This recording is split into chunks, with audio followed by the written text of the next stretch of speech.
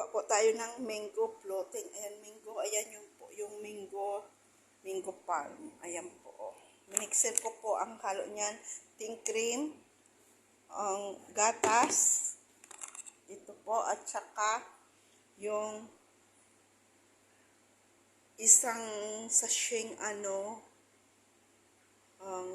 cream caramel, gelatin, tapos ayan po yung sarali cake.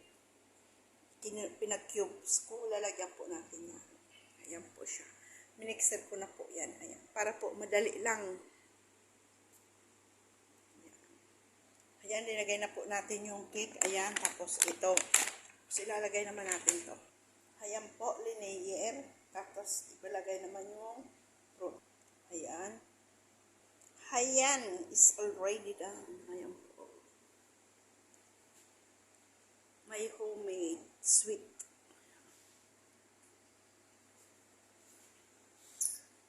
Ayan. Bye-bye.